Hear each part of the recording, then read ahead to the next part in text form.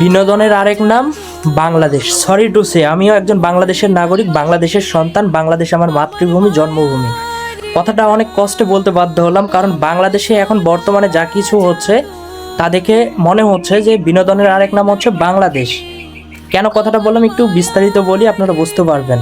এই যে কিছুদিন আগে মানে একটা ট্রেন্ডিং আসলো যে যারা কাপল ব্লগ করে তারা বউ ব্যবসায়ী, এটা আমি সহমত প্রকাশ করছি, তারা যে নোংরা ভিডিও করে তাদের ক্ষেত্রে।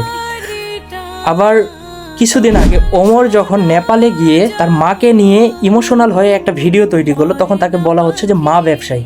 এটা কি ধরনের কথা ভাই?